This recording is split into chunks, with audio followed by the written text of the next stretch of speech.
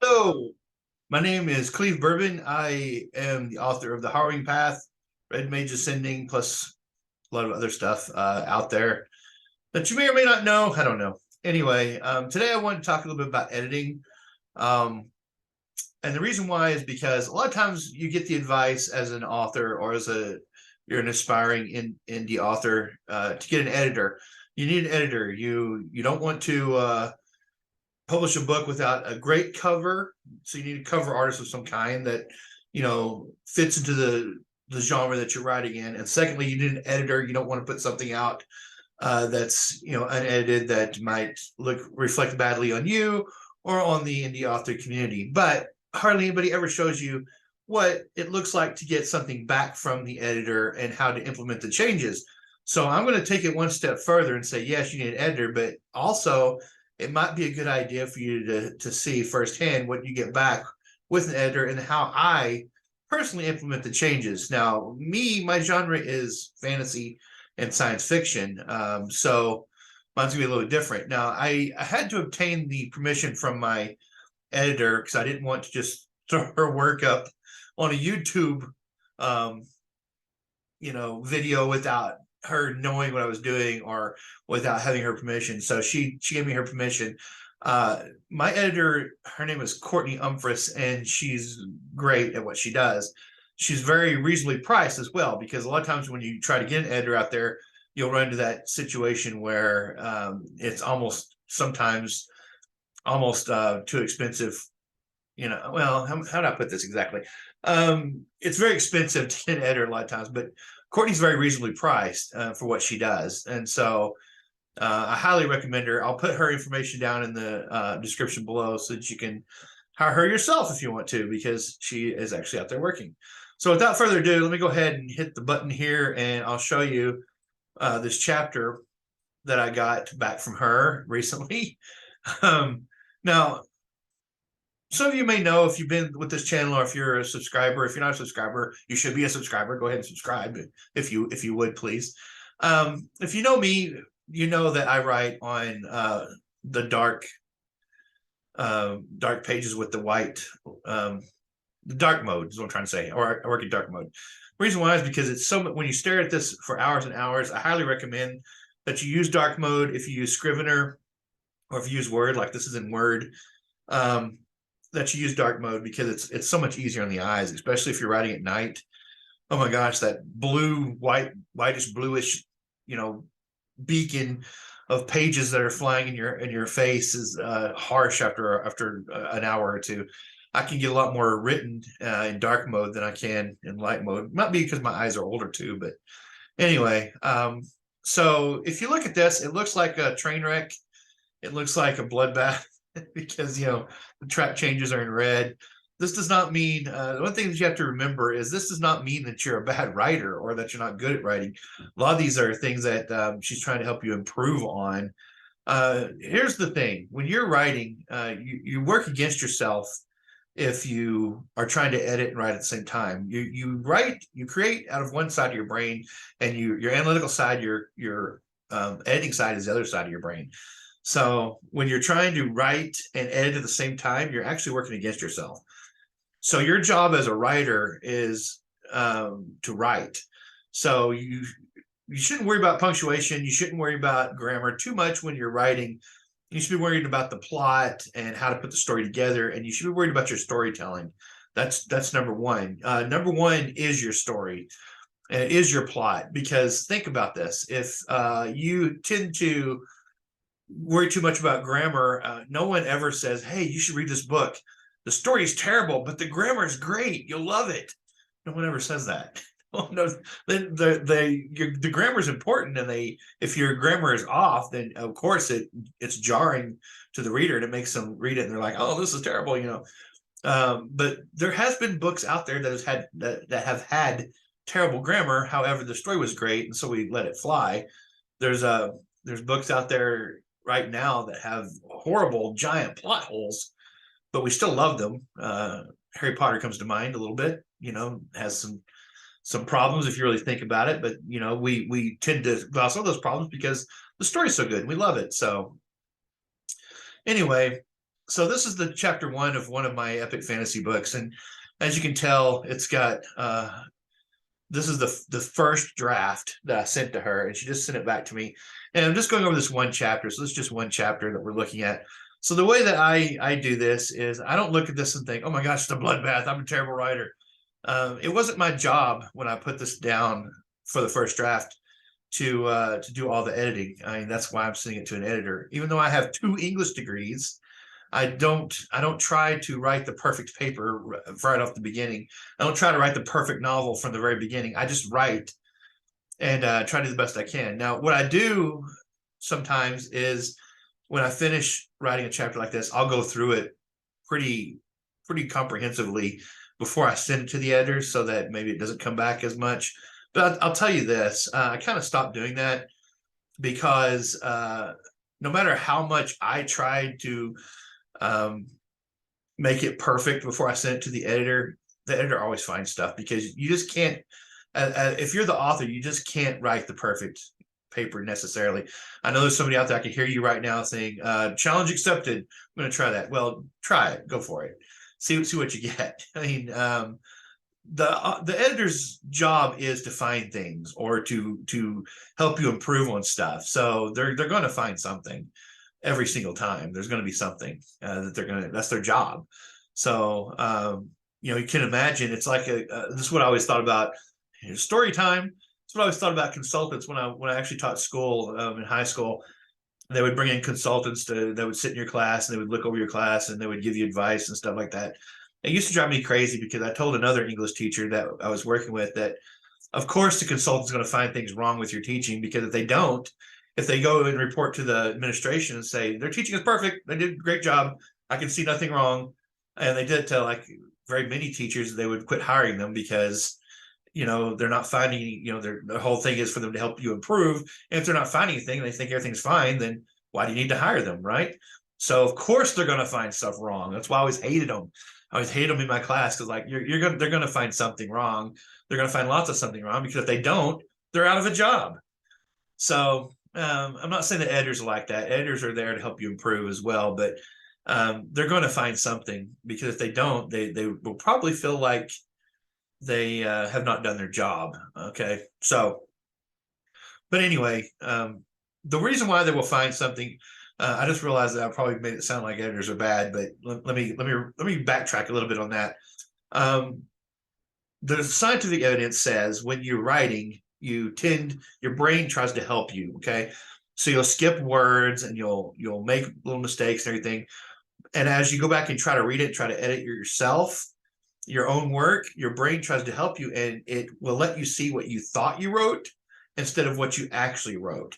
So what happens is you like skip articles like a and the and things like that, or you think you've written something a certain way, and you read it that way, or maybe you have, with today's programs, you can't really do double words very often, like the or something, because it'll catch it. But for the most part, you'll write, and then you'll go back and you'll edit, and you'll completely miss a mistake, because in your brain, when you read it, it read correctly. Have you ever gone back and looked at something and thought, oh, I wrote that, and you go back and look at it and you go, oh man, I didn't even realize that I misspelled that word, or I messed up the sentence or something like that. It's very easy to do. The editor is there to have another set of eyes on it, so that they can catch the things that you are not catching, or the things that you might have missed. That's what they're there for. The writing process is brainstorming, pre-writing, first draft, revise and edit, second draft, proofread, third or final draft, publish or turn in. That's the writing process for essays, for creative writing, book writing. That's the writing process. You should never try to write something first draft and polish that up and turn that in as your final draft. You should always follow those steps. You should have at least 3 drafts: the first draft, the revised draft, which is your second draft, and then the proofread draft, which is your third draft. That's what you should have. So this is the first draft. So I expected there to be a lot of bloodbath red in here. So here's how I go through this and work on this myself, one step at a time. The first thing is, if you trust your editor, if you've worked with them for a long time, if you notice, I don't have a lot of punctuation errors in here. There's a few because I do have degrees in English, so every once in a while there's like a semicolon, or she might have changed some punctuation here and there. But for the most part, a lot of times that's when something in the sentence has changed and it might affect the punctuation. But there's not a lot of punctuation errors that I make often. But the first thing you do is you can accept those. And what you do is over here in review, you have track changes. Now, track changes is what this is sent back as. This is what the author does. This is why a lot of the editors insist on you giving them some sort of Word document. If you write in Scrivener, you can convert it over to a Word document, send it as a Word document. Then you can convert it back over into Scrivener if you want. But this is why a lot of times the editors want you to send them a Word document, because you have track changes. Now, this is under the review button, and you hit, you have the accept and reject. Now, it'll start with the very first. You can start with the, you can put the cursor here, and you can start with the very first one, and you can hit accept. Okay, so if you see, it goes right here to this, it highlights this first thing. Okay, so my editor here, she said, I'm avoiding redundancy. We already know he's moving through the trees. Also, I added the second part of the sentence to the beginning sentence, so we have some clue as to why Dorian is approaching the stranger. All right, I like that. I think, oh yeah, that's probably what we should do. Okay, so that actually comes down, it highlights this last part here. So when I go back up here and I hit accept, it takes this first one. So he was sensing something was not quite right, so she's eliminated that. So I accept that change, and the way she changed that, and it accepts it and it moves on. The next one, I have put, he was careful not to alert the presence to alert his presence. What she did, she changed this and made it looks like she made a complex sentence. She changed it from being 2 sentences. She combined the sentences is what she's done here. So I think that's good. So I'm going to go ahead and accept those changes. See, now it says careful not to alert the man of his presence. He stayed hidden in the trees and minded his step as not to crunch leaves or twigs. All right, so here we're down to the comments. Now, a lot of times what I do is I go through and I accept the changes. See, it keeps the comment here. I go ahead and accept the changes. I look at all the changes as we go along for the whole chapter, and like that, accept that. So now, and then I read over it. The man stood entirely too still, staring off into a clearing. At first, Dorian thought he was watching a deer or some other game, a fellow hunter. But as he inched closer, where he could view the field ahead, he saw nothing but tall grass and a cave. See, that sounds much better than the way, because I had it kind of in choppy sentences, and what she did is she combined the sentences and made it a lot smoother. And that's what editors do. So I'm very happy. Okay, here I have a tendency to overuse the character's name sometimes. And what she did is she changed the character's name to a pronoun. So instead of using the character's name, I went from, instead of saying feeling foolish stalking the man, Dorian straightened, to feeling foolish stalking the man, he straightened. It's spelled straightened apparently. Oh, I spelled it the other way. Okay.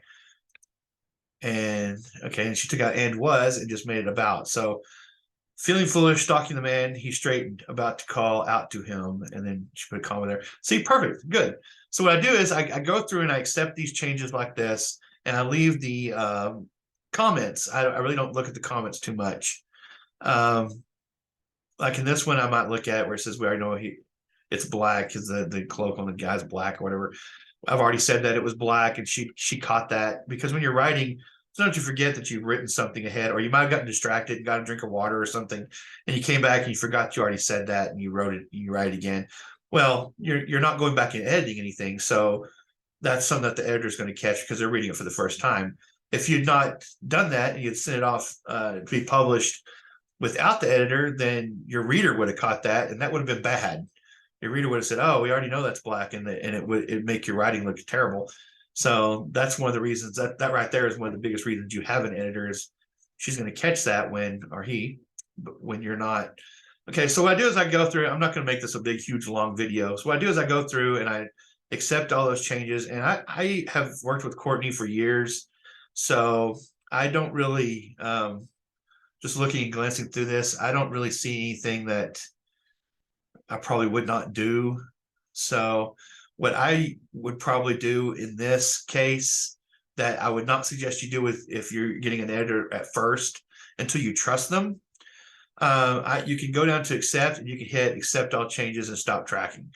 I'm not going to do that quite yet, but I do that sometimes when I go through like 3 or 4 paragraphs and it's all the same and it looks good, and I'll go ahead and do that. This is a small chapter, this beginning chapter of this book. It's only about 1,300 words. Usually my chapters are around 2,000. I just kind of wanted a beginning chapter here. So here she gave me some advice to rewriting the beginning of some of these sentences, so they don't all begin with he, which is good. See, she's seeing the repetition, because again, if when you're writing, you're not seeing that repetition because you're not going back and editing, because you shouldn't be doing that. When you're writing, your job is to write. When you're editing, your job is to edit.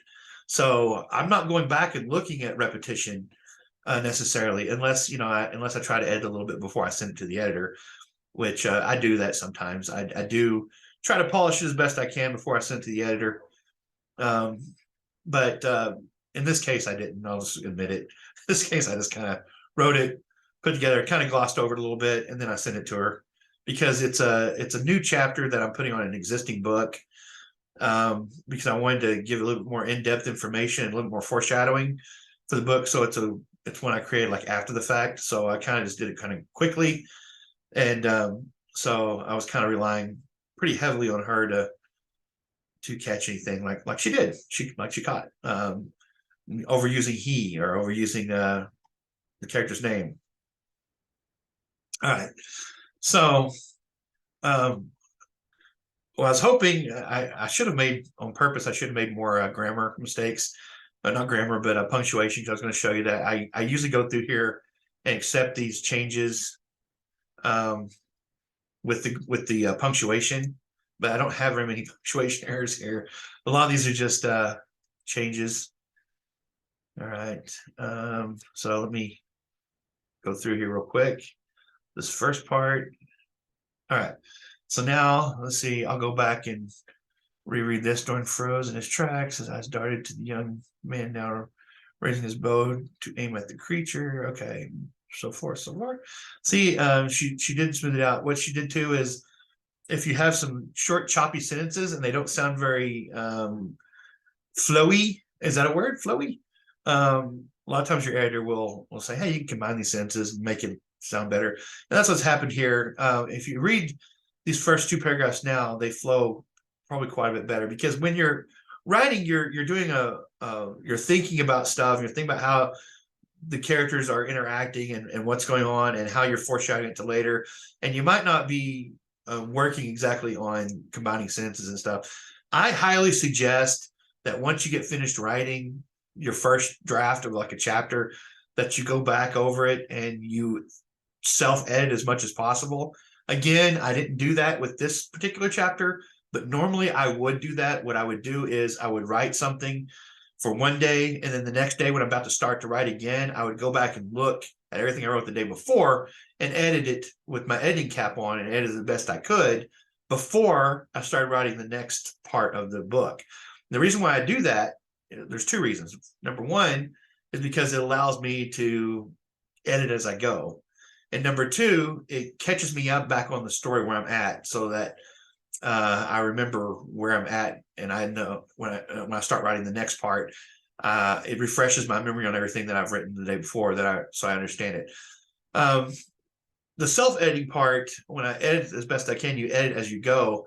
I mean, you edit, you edit from the days before's work, you edit it before you write the next day's work. That helps you catch some of those he's. I probably would have caught, like she wrote down at the bottom of this chapter, I started a lot of sentences with he. I probably would have caught that if I'd done my normal routine and edited before I started the next section. But like I said, I didn't do that with this particular chapter. So what I do is I'll go through and I'll accept these, and I leave the comments out here, because a lot of times the comments, sometimes she's telling me little changes she made, like this one, avoiding it was. And sometimes she'll give me stuff like this, interrupts the tension of the moment, consider deleting the sentence. The first sentence in this chapter you could say during, so forth, so on. What this tells me is this is going to require me to do revision. So if I like what she's saying here and I'm like, okay, it does interrupt the tension of the moment, because see, when I'm writing it, I'm not getting that feeling because I'm not reading it. She's reading it for the first time, so she's able to see that where I would not be able to see that when I was writing. I might not even see that when I'm reading it the next day when I do my normal routine. So this is going to require me to do a little bit more work. So I leave these last. So I go through here and I check I accept the changes. I missed something. I go back up here. All right. And the track changes allow you to see every single little change she's made. So anything that she does to your manuscript, it's going to show on here. So you can see it. Now, there's also the reject button. So if I see something here, I'm like, well, because every once in a while, the editor will not understand your style. Like, for example, I'm trying to think of one off the top of my head. There was one time where it was a made up thing that I had in my world. And I understood how it worked, but Courtney didn't understand how it worked exactly, but she thought she did. So she asked a question about it. And she might have made a change and then said, I wasn't sure about this or something along those lines. And I'm like, okay, yeah, she just didn't understand where I was going with that. And so I rejected the change because it was something that, I didn't make her aware of or something. There's some things that you come across every once in a while like that, where, they're not in your head. They're not, especially since it's fantasy. There's going to be things that are made up that, that you may need an explanation or may need something, or there may be some sort of different kind of spelling, or something on those lines. Like, for example, I think it was Dennis McTiernan who wrote a book where he spells wagon Waggon, and that was the way he spelled it. That was his style. So and that's why he wanted it spelled, so he put it in there. So if you didn't tell the editor, then the editor would catch that and think, oh, well, you're spelling it wrong, and they would try to change it. So sometimes you do reject the changes. Sometimes they'll want to make changes. Now, the editor's job is not to rewrite your work. They're not. They make suggestions and they'll catch things as you go along, but they're not rewriting. They're not changing your voice. There are some editors out there that will try to do that, and Courtney doesn't do that, and that's what I like about her. She doesn't. She'll ask things, or she'll say this is not smooth, or you might want to change this. She doesn't do any changing herself. She's not writing or rewriting your book. She wants your author's voice to be as intact as possible. So she respects that and follows that, and that's kind of rare too. That's one of the reasons why I like to use her, because she doesn't try to rewrite my book. All right, I'm the writer, I'm the author, I'm the writer. It's still going to be my book. It's still the way I did it. She might make suggestions, but she's not rewriting it. So anyway, if your editor is trying to rewrite your book, that's not good. You don't want that. So anyway, I'm almost done. I just wanted to kind of explain that sometimes you'll reject them, but in the track changes. But for the most part, I'll go through here and I'll finish all these. Now, like I said, I trust her pretty well, so I'm probably not going to reject any of these. So I'll probably go ahead. I'll just go ahead and accept all changes. And as you can see, all the changes are done, but now all of her little comments are still out to the side. And the reason why is because it doesn't change those. You have to actually go in here and delete the thread or resolve the thread. So that makes it cool, because like I said, now all the changes are actually made. See, it will highlight it too. Now that all the changes are made, I can go through and I can look at all this stuff that she suggested. Sometimes I might want to change it. Sometimes I might not want to change it. It just depends on how I want to do it. But what I'll do now is I will go through and start at the beginning, and I'll read through all this because I accepted a lot of changes, and I will scrutinize it myself, because, again, not to brag. This is not bragging. This is just because it's the truth. I have 2 English degrees. So I'm going to go through and I'm going to use my expertise and find if there's anything that I can see that's wrong or missing. Here's one right here. The program is wanting to do something here. Oh, bounding. It's wanting to turn into bouncing. That's probably true. Oh, that's another thing I should mention. A lot of times, sometimes I've done this before you send it to the editor, if you don't want to do a lot of self-editing, you can use Grammarly, or there's Writer Aid. Pro Writing Aid is also another program. You can run it through those, but you have to be careful and follow those along, because they try to change things sometimes that are wrong. They try to change right things into wrong things. So you have to be careful with them. But I've used those before I sent it to an editor as well, just to kind of, get through it. Because those are good programs too. Another thing about Grammarly and Pro Writer Aid is they will catch a lot of the stuff that you like, the he's and stuff like that. They might not catch that, or they might catch it. I'm not sure. You have to you're still going to have to do a little bit of work yourself. The other thing is, like, this is Microsoft Word. It's going to have a grammar program. Sometimes the grammar program will catch stuff, and it's like, I don't understand what it's trying to do, because it's like not any kind of grammar I've ever seen before. Like, there's some things in dialogue where it'll say, like, she walked, you should go there, she said, or something like that. And it'll try to change said to spoke. Like, you should go there, she spoke. And I'm like, why does it want to change that? That's really odd. So you have to really watch programs, grammar programs, to make sure that they're actually correcting it correctly. There's really no substitute for actual human eyeballs on this. And some people will use more than one editor. Some people will use an editor to edit and revise, and they'll use a different one for proofreading, for copy editing or proofreading, the polishing up before they turn in the final draft. Just because you'll catch stuff, your editor will catch more stuff, and then if you do one last proofreader or one last editor, they'll catch stuff. So sometimes people will use more than one, and that's okay. Most editors I know are okay with that. If you send it to another editor to work, it does kind of sometimes make them feel a little bit uncomfortable, because they as long as they know that you're not doing it because you're not confident in their work, that you're doing it just in case they miss something as well, because they're not going to catch everything either.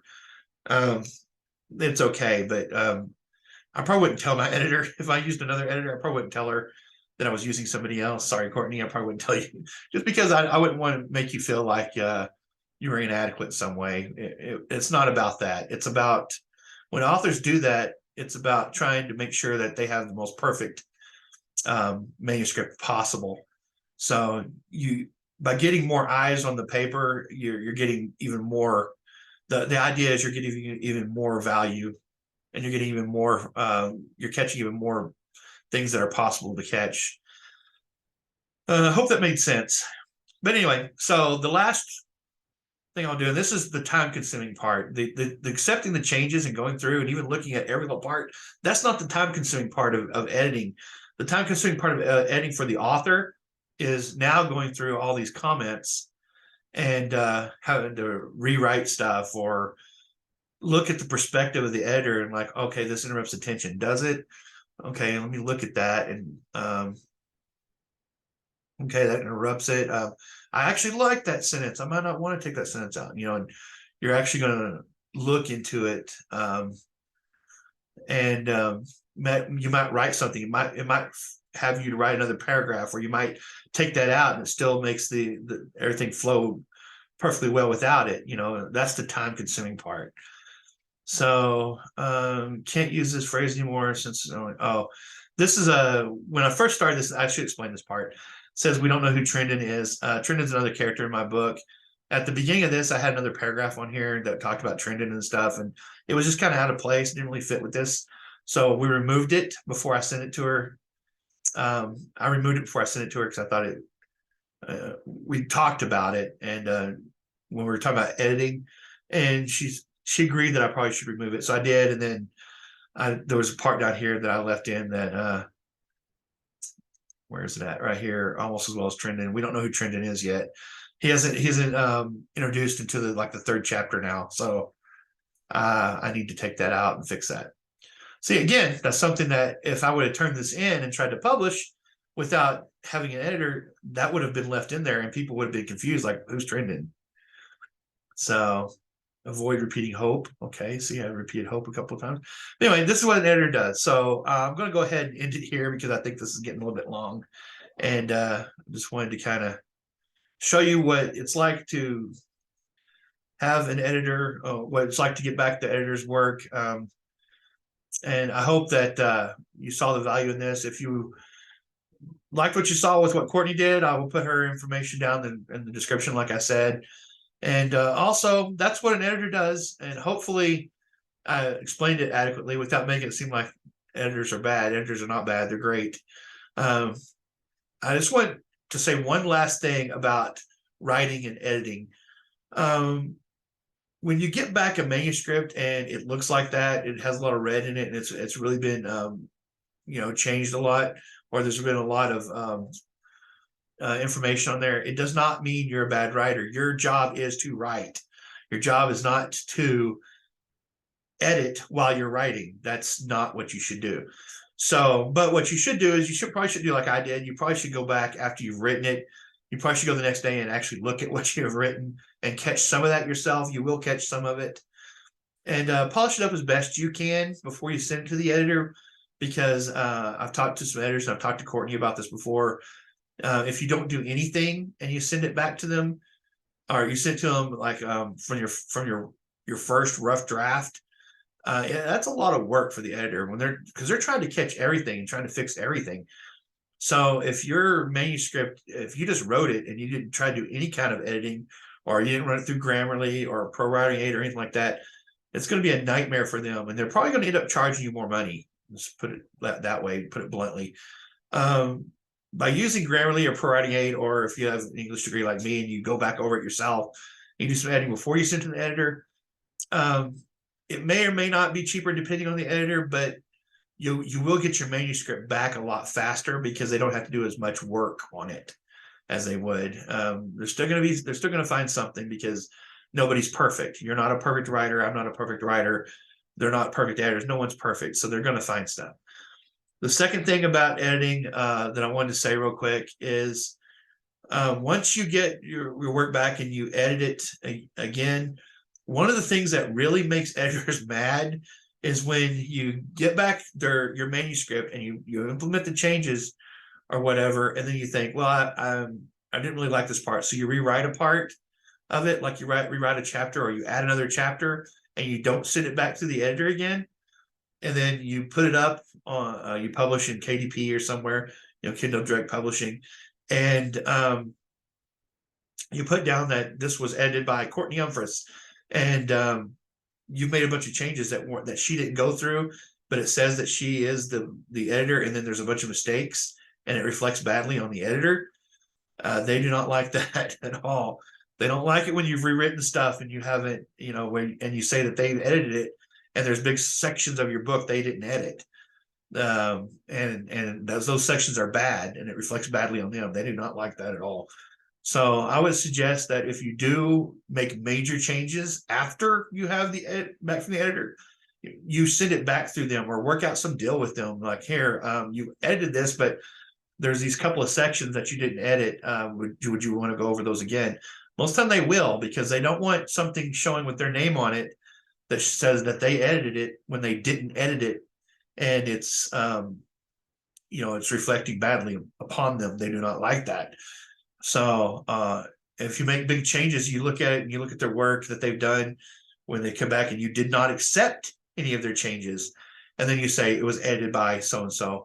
Okay, you didn't accept like 90% of their changes, or their suggestions or their grammar, and so, but you said that they edited it. They don't like that either. They'd rather you just leave their name off of it if you don't accept anything that they told you. So keep those things in mind. Editors love when you give them credit for editing, and you actually do all their suggestions, and you actually work with them on over a certain amount of time, and you do implement the changes, and you do make where it's actually reflective of their work. They actually like that, but just be careful about not accepting things and then saying they edited it, because then think about it. Someone goes on Amazon, they look at their book, they start reading it and go, man, these have a lot of grammar mistakes, and then they comment on it in the reviews, and then the editor sees that, or that's their livelihood. And they didn't edit like 50% of the book, but they're getting credit for editing it, and it's bad. That's bad. That's really bad. Don't do that. Okay, one last thing in this I wanted to say about indie editors, and all the indie editors out there would probably kill me if I didn't say this, but indie editors are, any kind of editor, freelance editors are extremely, extremely busy, and they often book people several months out. So if you think that you're going to finish your manuscript, say in April, you might want to get in contact with them with now, it's February, and you're going to finish maybe April or May. You want to get in contact with them now so they can pencil you in and give you a spot so that you can actually get edited. So if you think you're going to be done in May, but you don't think you're going to use them until June, you need to tell them that so they can schedule you sometime in June. Now, the only thing I should say about that scheduling is if you don't finish your book, or if you don't need them, or if you're not going to use that space, or if something else happens, be sure and contact them and let them know so that they can fill that spot with somebody else, because there's always somebody ready to engage their services. So one thing that they would not like is if you ghost them. If you say you're going to be there in May, and then the time comes and you're not there, and they don't have a spot, they're probably going to give your spot to somebody else, for one. And number two, that kind of perturbs them because they have this spot ready for you, and you didn't let them know that you're not going to be there. So make sure you let them know that you're not going to take that space, enough time where they can move up the next person, or they can stick somebody in there to fill that slot. But anyway, that's all I wanted to say. I wanted to complete this by saying that, because just be aware that all of them, I've never met a freelance editor yet that is not booked like several months out. It takes a while to get into them. So be sure you contact them and get a spot while you can. Plan ahead. Okay. Thank you. Bye.